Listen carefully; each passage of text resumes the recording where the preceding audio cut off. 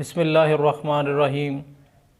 आज हम arts group class 9th mathematics exercise 1.2 उसको पढ़ेंगे।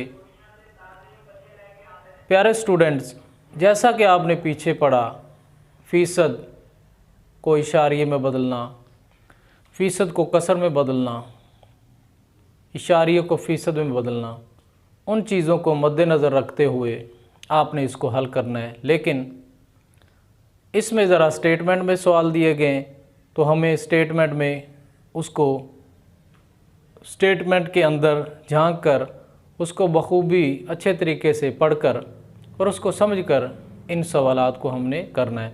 बाकी उसी तरीके से हमने इनको करना है। तो चले ज़रा पहले सवाल की तरफ मूव करते हैं। आए ज़रा पढ़ते हैं।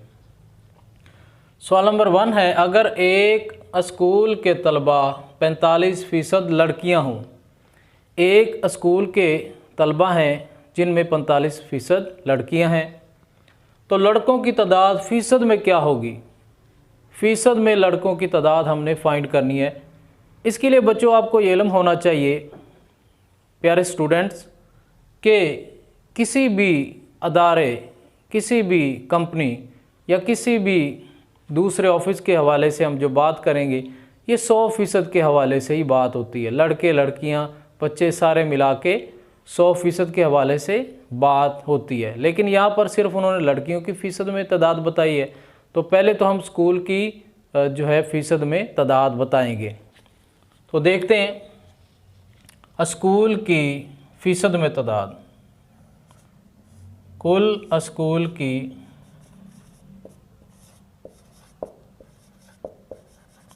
फ़ीसद में तादाद, कुल स्कूल की फ़ीसद में तादाद 100% होगी। क्या होगी? 100%। अब हमें लड़कियों की तादाद फ़ीसद में बताई गई है। लड़कियों की तादाद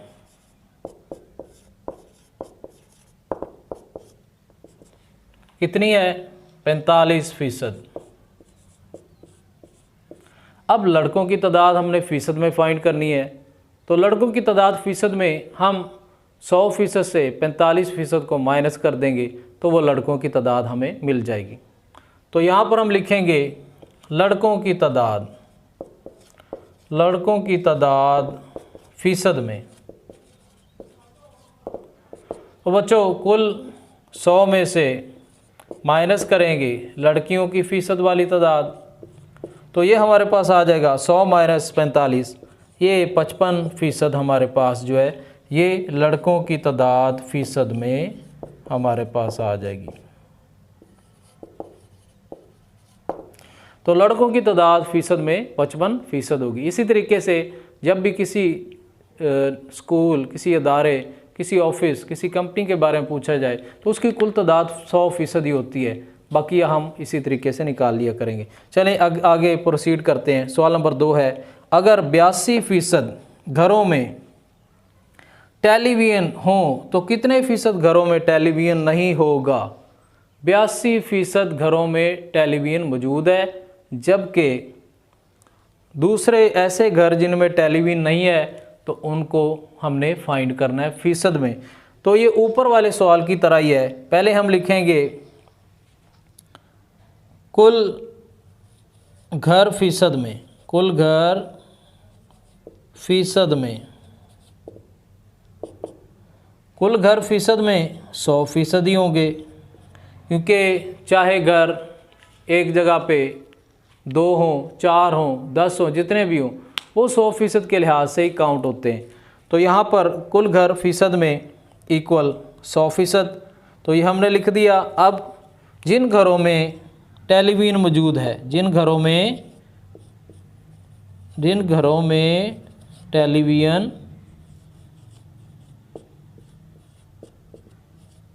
मौजूद है,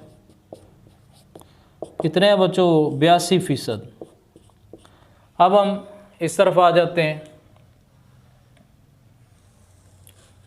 जिन घरों में टेलीविज़न मौजूद नहीं है, जिन घरों में टेलीविज़न मौजूद नहीं है। तो ये हम क्या लिखेंगे, इसमें भी हम 100 में से 82 माइनस कर देंगे, 100 माइनस 82%।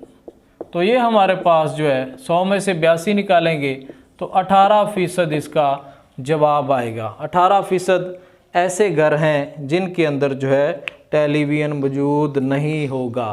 तो उम्मीद है कि इनकी आपको अच्छे तरीके से समझ आ चुकी होगी। अब मज़ीद आगे हम बढ़ते हैं, अगले सवाल की तरफ मूव करते हैं। आइए ज़रा उसको पढ़ते हैं। सवाल नंबर 3, एक हॉकी टीम ने खेले गए मैचों में से 62% मैच जीते। 62% मैच जीते गए जबकि 26% बराबर रहे। हॉकी टीम ने कुल कितने फ़ीसद मैच हारे, कितने फ़ीसद मैच हारे। देखिए 62% जीते हैं, 26% बराबर रहे। जो 26% बराबर हैं वो दूसरी टीम की तरफ भी ऐड होंगे और इस टीम की तरफ भी ऐड होंगे। इसका मतलब ये भी समझें कि आप ये जैसे जीते गए हैं, तो इनको भी हम जीते हुए फ़ीसद में जमा करेंगे। और कितने हारे, कितने फ़ीसद हारे, इनको पहले हम जमा करके तो दूसरे जो है वो हारे वाले हम जो है 100% में से जो है निकाल देंगे। चूँकि मैच जो है 100% ही हुए होंगे, चाहे 2 हों, चाहे 3 हुए हों, चाहे 4 हुए हों, ये 100% ही हुए होंगे। तो अब देखें, पहले हम लिखेंगे जितने मैच जीते, फ़ीसद में जीते, जितने मैच फ़ीसद में जीते 62%,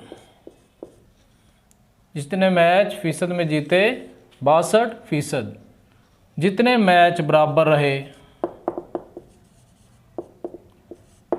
रहे फ़ीसद में, तो कितने मैच बराबर रहे 26%। अब ये भी जीते हुए की तरह ही मैच होते हैं, तो कुल जितने फ़ीसद मैच जीते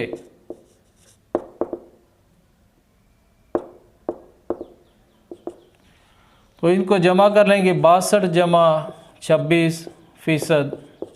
तो जब अब इनको जमा करेंगे, 62 में 26 जमा करेंगे, 20 में 60, 80 जमा 6 86 और 2 ये 88%। 88% जो है ये जीते हैं। जबकि अब हारे हुए मैच हम देखेंगे, तो हारे हुए मैच में हम लिखेंगे कुल मैच फ़ीसद में, कुल मैच फ़ीसद में इक्वल 100%। जितने मैच हारे, तो 100 में से ये 88 निकाल देंगे, 100 माइनस 88%। तो हमारे पास ये क्या आ जाएगा 12%। तो हॉकी टीम ने जितने जो है वो मैच हारे वो 12% हैं। हॉकी टीम ने जितने मैच हारे इक्वल 12%। तो ये बच्चों हमारा जो है ये सलूशन होगा। अब आपको उम्मीद है कि इसकी भी अच्छे तरीके से समझ आ चुकी होगी। इसी तरीके से हमने करते जाना है, ये इतने मुश्किल कोई ख़ास सवालात नहीं है। पिछले जो है 1.1 मशक अगर आपको आती है तो आप बआसानी इनको जो है कर सकते हैं। इसी लिहाज से हम अगला जो है इस लेक्चर का आखिरी जो है क्वेश्चन करेंगे, सवाल नंबर 4। उससे पहले हम इसको इरेज़ करते हैं। अगर आपको इनको समझ ना आ रही हो तो बार बार आप वीडियो को रिवर्स करके इसको समझ सकते हैं, देख सकते हैं, और कमेंट के अंदर भी मुझे आप बता सकते हैं। जो भी कमी कोताही हो मैं इंशाल्लाह आपकी पूरी करूँगा। तो आगे बढ़ते हैं सवाल नंबर 4 की तरफ। पहले इसको पढ़ लेते हैं। एक हवाई जहाज़ में 400 मुसाफिर सवार थे। एक हवाई जहाज़ है जिसके अंदर 400 मुसाफिर सवार थे, जिनमें से 52% मुसाफिर पाकिस्तानी, 17% चाइनीज़, 12% ईरानी और बकिया बरतानिया से थे। अब हमने मालूम क्या करना है, पहला हर मुल्क से कितने मुसाफिर जहाज़ में सवार थे और दूसरा बरतानिया के मुसाफिर कितने फ़ीसद थे। असल में ये सवाल जो बरतानिया के मुसाफिर जो है फ़ीसद वाला, मेरे ख़्याल के मुताबिक ये पहले होना चाहिए था, क्योंकि फ़ीसद जितने फ़ीसद में दिए गए उनको ऐड करके हम जो है उस फ़ीसद में से कुल 100% में से उसको माइनस कर देते, और दूसरा जो है हर मुल्क से कितने मुसाफिर जहाज़ में सवार थे इसको आगे। तो मैं आपको इसी तरीके से करवाऊँगा, पार्ट नंबर 2 पहले करवाऊँगा। तो चलें ज़रा हम इसको इरेज़ कर लेते हैं ताकि आसानी से पहले लिखेंगे कुल मुसाफिर।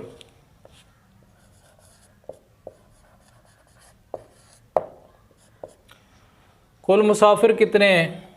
400। अब लिखेंगे पाकिस्तानी मुसाफिर फ़ीसद में।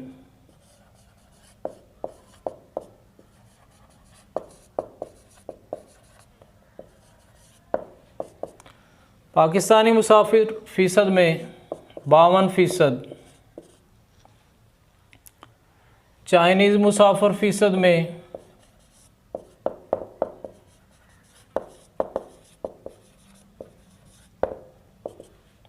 17%। ईरानी मुसाफिर फ़ीसद में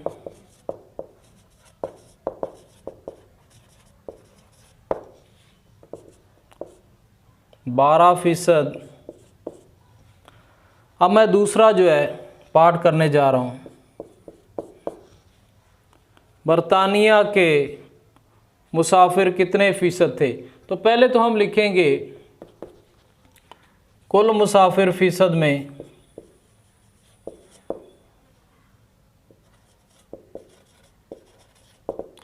ये हमेशा 100% होगा, और जो है बकिया 3 मुल्कों के मुसाफिरों का मजमुआ फ़ीसद में, 3 मुल्कों के पाकिस्तानी, चाइनीज़ और ईरानी, इन तीनों का मजमुआ कितना है फ़ीसद में। तो इसको हम जमा करते हैं, 52 जमा 17 जमा 12%। तो 52 में 50 में 10, 60 जमा 10 70 2 72 और 7 79 और 2 81%।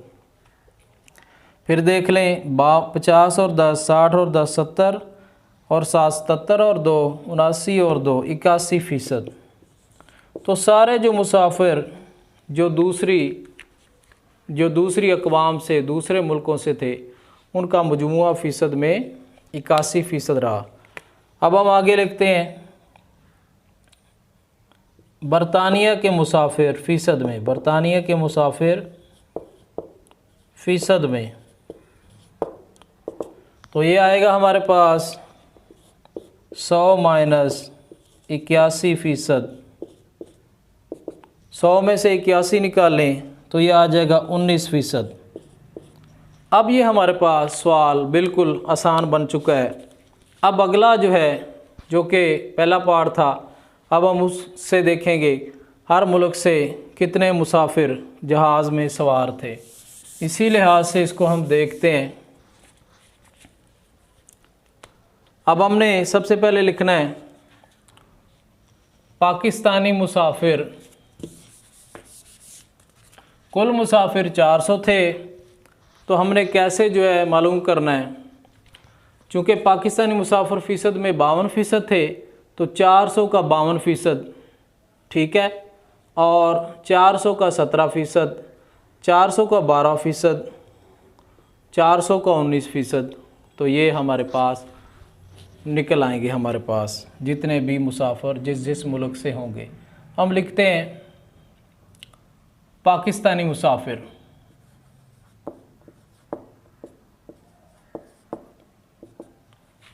बराबर हैं 400 का 52%, और इसे हम लिखेंगे, चूँकि का लफ्ज़ ये ज़रब के लिए होता है, ज़रब 52% लिखेंगे। और अगर इसे हम ऐसे करते हैं 400 ज़रब 52/100, क्योंकि 100 का मतलब आउट ऑफ 100 100 में से या 100 पर होगा। ये 2 ज़ीरो से कट जाएंगी। अब 4 को ज़रब करेंगे 52 से, 4 2 8, 4 5 20। तो ये हमारे पास क्या है, ये 208 पाकिस्तानी मुसाफिर हैं।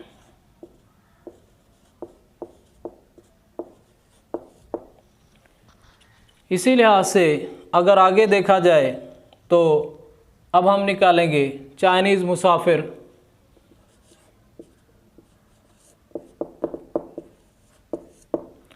चाइनीज़ मुसाफिर हमारे पास चूँकि 17% हैं, 400 का 17%, या इसे हम लिखेंगे 400 ज़रब 17%, या इसी लिहाज से 400 ज़रब 17/100। 2 ज़ीरो से 4 ज़रब 17, 17 ज़रब 4 68। तो हमारे पास चाइनीज़ मुसाफिर ये 68 हमारे पास मौजूद हैं। इसी लिहाज से हम आगे यहाँ पर करते हैं।